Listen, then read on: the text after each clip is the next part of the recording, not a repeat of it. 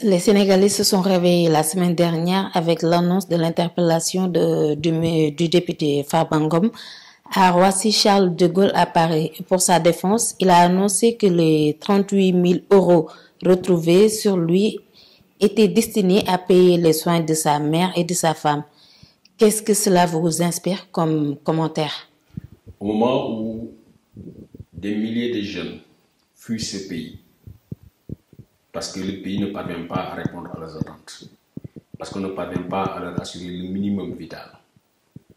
Qu'on me dise qu'un député sénégalais a été arrêté avec une somme aussi faramineuse que 38 000 euros, c'est une honte. Il est député, il est conseiller, il est proche du président de la République. Et il vous dit clairement que cet argent est destiné à soigner ma mère et ma femme. Deux femmes qui sont proches des gens qui décident pour ce pays, qui décident pour nous. Combien de milliers de femmes sénégalaises n'ont pas ce privilège qu'ont la femme et la mère de Farba Ngom, si c'est vrai que cet argent était destiné à les soigner. Première chose. Deuxième chose, c'est une honte, c'est une aberration qu'un État qui s'appelle Sénégal ne parvienne pas à soigner ses citoyens, au point que des citoyens qui ont plus de moyens décident de partir ailleurs et en France aller soigner leurs proches. Troisième chose, c'est qu'il y a une grosse responsabilité de l'État sénégalais dans cette affaire dite Farba Ngom. Parce que Farba n'est pas parti par les ailes, il n'a pas volé par les ailes pour partir. Il est passé par un aéroport. Même s'il a le statut, s'il bénéficie d'un passeport diplomatique, on n'aurait jamais dû laisser. Parce que aucun autre citoyen n'a cette possibilité de partir avec autant d'argent. 20 millions de francs CFA, ou 25 millions de francs CFA, pour amener cet argent dans ses poches, les ramener en France. Aussi, je tiens à préciser que le fait de dire que c'est de l'argent qu'il avait, plus l'argent de sa femme, plus l'argent, c'est du mensonge pur et simple. Parce qu'autrement, on aurait pu avoir 3 déclarants. Farba Ngom, sa mère et sa femme auraient été les déclarants auprès de la douane française. Parce que puisqu'ils sont adultes majeurs et vaccinés, Farba ne peut pas répondre de l'argent qu'ils ont trouvé par devers eux.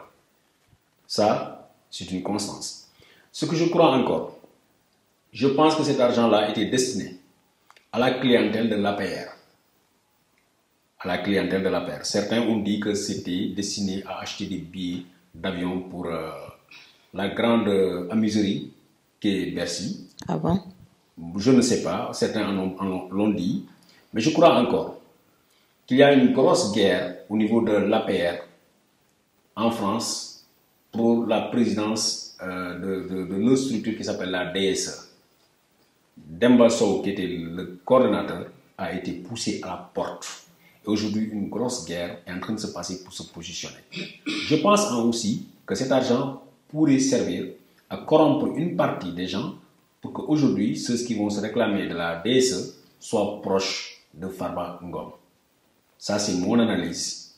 Je l'assume pertinemment.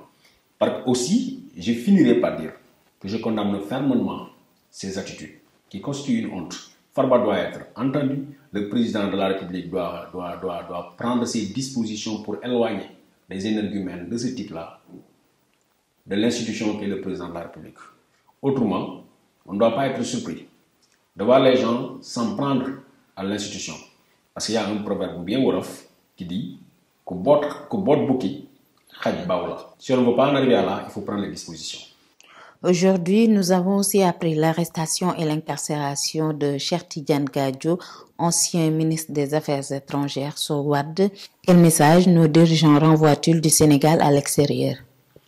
Oui, j'ai appris, comme tout le monde, avec regret, l'arrestation de Cheikh Tidiane Gadio. Cheikh Tidiane Gadio, pour nous autres jeunes Africains, est un modèle, une source d'inspiration, un aîné dans les pas duquel nous avons toujours voulu marcher. C'est un panafricaniste convaincu. C'est un homme pétri de qualité et de valeur. Je n'ai pas trop fréquenté l'homme, je l'ai côtoyé en tant que journaliste. De tous les politiques que j'ai eu à rencontrer, tous les politiques que j'ai eu à écouter le discours, Cheikh Tidiane Gadio est celui qui m'a le plus marqué. Et celui qui le plus bénéficie de mon soutien, de mes respects. Cheikh Tidiane Gadio, pour moi, ce n'est pas ce délinquant, ce n'est pas ce criminel que les Américains devaient prendre. Ce qui est arrivé à Cheikh Tidiane Gadio, c'est un accident de parcours, un accident de vie qui aurait pu arriver à tout le monde, à n'importe quel homme d'État, à n'importe quel lobbyiste. En fait, ce qu'il a fait là, c'est du lobbying. Par contre, parce qu'aujourd'hui, les États-Unis sont entrés dans pratiquement une guerre contre la Chine, de sorte que tous ceux qui auront coopéré avec la Chine deviennent des ennemis. Ce que Cheikh Tidiane Gadio a fait, c'est-à-dire faciliter, permettre à une entreprise de gagner un contrat quelque part, en contrepartie, obtenir une commission, mais c'est ce que font tous les lobbyistes à travers le monde. Ce qu'ils appellent crime contre Cheikh Tidiane Gadio, moi j'aurais pu vous donner une ribambelle de personnalités sénégalaises qui ont fait ou font encore ce travail.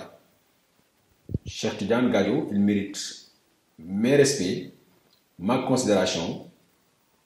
Pour moi, c'est juste un passage à vide dans la vie de l'être humain et je lui apporte tout mon soutien et attends vivement qu'il nous revienne.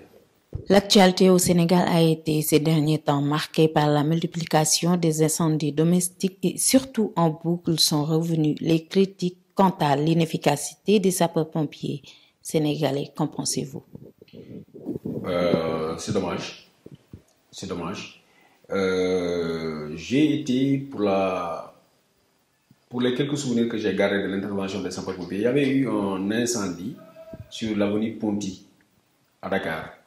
Ce jour-là, ma fibre patriotique a pris un coup quand j'ai vu des braves jeunes gens essayer d'éteindre un feu qui s'était déclaré, je crois, c'était devant Adonis ou quelque chose comme ça. Mais faute de matériel, il a fallu que les forces françaises du Cap-Vert interviennent pour éteindre ce feu. Et j'ai été choqué par une image. Il y a eu un pompier français qui, après avoir prêté une perche ou quelque chose comme ça à un Sénégalais, lui a dit attention, il faut me le rendre après, parce que vous ne rendez jamais. Ça, c'est une image qui m'est restée dans la tête. Ça m'a choqué et ça continue à me hanter. L'autre fait qui m'est revenu, c'est un sentiment de dégoût. Je suis dégoûté en fait de voir comment un pays qui s'est dit émergent, un pays qui n'a pas hésité à mettre plusieurs milliards pour s'offrir un train, un TER, ne parvient pas à assurer le minimum vital à sa population. Pendant qu'aujourd'hui le monde entier fait face au terrorisme, pendant qu'on se demande quel pays sera la cible des islamistes, voilà le Sénégal qui se dit émergent, qui reçoit sur son sol de grandes conférences sur la sécurité, contre le terrorisme, etc., qui n'est même pas capable d'assurer les premiers soins, les premiers secours à ces populations. On a eu le Dakar de Médina Gounass, plusieurs morts, des sapeurs-pompiers introuvables. On a eu les 5 enfants, Jazz, 5 morts, asphyxiés.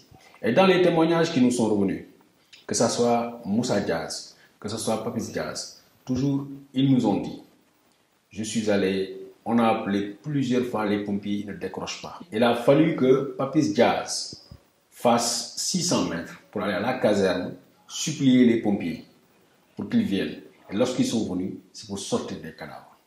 L'autre témoignage qui nous est arrivé, ne serait-ce que dans cette semaine, on nous a parlé d'un enfant qui est mort au Parcelles Assainies suite aux explosions de gaz butane. Là-bas aussi, plus de 30 personnes ont dit avoir appelé les pompiers. Plus de 15 se sont déplacés pour aller supplier les pompiers qui finissent par leur dire « Malheureusement, nous n'avons pas de véhicule ». Et le dernier, au Pakalambaye, où pendant plus de 24 heures, les pompiers désarmés ont dit avoir fait face au feu sans parvenir à l'éteindre. Parce que dans le lot des témoignages, les pompiers disent que c'est 2 minutes après qu'ils sont arrivés. Et ils essaient de contenir leur intervention aux environs de 6 heures ou quelque chose comme ça. Alors que des témoins oculaires ont dit avoir appris l'existence de ce feu depuis 4 heures du matin. Et je rappelle que l'armée française les a donné un coup de main. Il a fallu toujours que cette sordide, cette coloniale armée française intervienne pour éteindre les feux. On n'en devait plus en avoir besoin. Nous sommes indépendants depuis 1960. Pour parachever cette indépendance, on a élu un président né après les indépendances. Et nous sommes au regret de constater que malgré tout, on reste lié à cette maudite armée française. Il est temps qu'on coupe le cordon ombilical. Il est temps qu'on leur montre qu'on est des adultes. Parce que si ma génération ne coupe pas ce cordon ombilical, personne ne le fera. Nos enfants vivront sous l'esclavage, la domination coloniale française. Il est temps que ça s'arrête. Mais revenons aux pompiers. Dans leur charte, il est dit qu'il devait y avoir simplement 16 minutes entre l'appel et l'intervention, c'est-à-dire la prise en main de la situation. Dans les pays normaux, quand on appelle les pompiers, 16 minutes après le premier appel, les sapeurs-pompiers sont censés être là. Et quand ils viennent, ils ne viennent pas les mains vides. Le Sénégal est un pays extraordinaire. Voilà un pays qui peut enterrer tout de suite 2000 de ses enfants sans émouvoir personne. Voilà un pays où on peut enterrer 50 personnes tout de suite, 54 personnes pendant ce magal-là, et le lendemain, les gens sont allés à Bercy pour danser. Voilà un pays où la mort qui devait constituer, la mort accidentelle, qui devait constituer une grosse cause d'indignation, n'ébranle plus personne. Si on ne réussit pas, si on ne revient pas à mettre l'être humain au centre des besoins de la société, on n'aura rien réussi. Et je me demande quel héritage on va léguer aux générations futures. Ce qui se passe au Sénégal. En un moment, il arrive dans la vie d'une nation que les gens s'asseyent. Par contre, moi je vois qu'eux, ils ont appelé aujourd'hui un dialogue national. C'est-à-dire qu'ils pensent que seuls, entre politiciens, ils vont s'applaudir, ils vont se regarder, ils vont dire des choses, des conneries, ils vont prendre des résolutions qui les concernent, eux politiques, eux politiciens, pensant que ça devait se répercuter sur les populations, et ils ont appelé ça dialogue national. Je leur laisserai ce mot-là et demanderai à ce qu'on ait une conférence nationale où tous les acteurs, pas simplement politiques, de la société civile et de tous les autres secteurs puissent se retrouver et discuter de ce qu'on a ensemble. Parce que ce que nous avons ensemble et que nous ne pouvons pas partager, c'est le Sénégal. Et pour ce Sénégal, on doit discuter et voir quelles solutions entreprendre pour faire avancer ce pays. J'ai vécu les attentats terroristes, tous les attentats depuis 2010, je les ai vécus à Paris.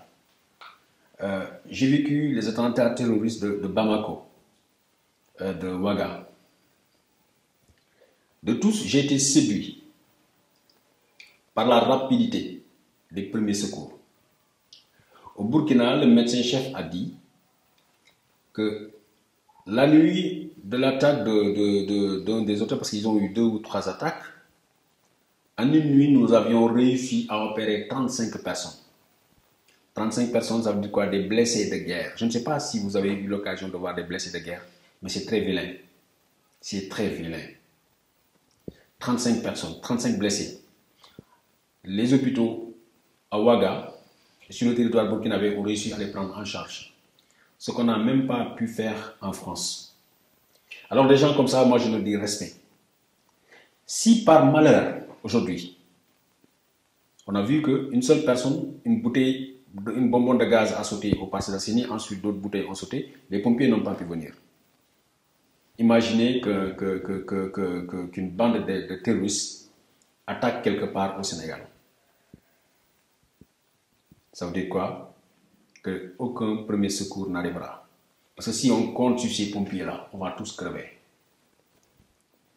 J'ai honte pour le chef d'état-major général des sapeurs-pompiers, j'ai honte. À sa place, j'aurais présenté ma démission.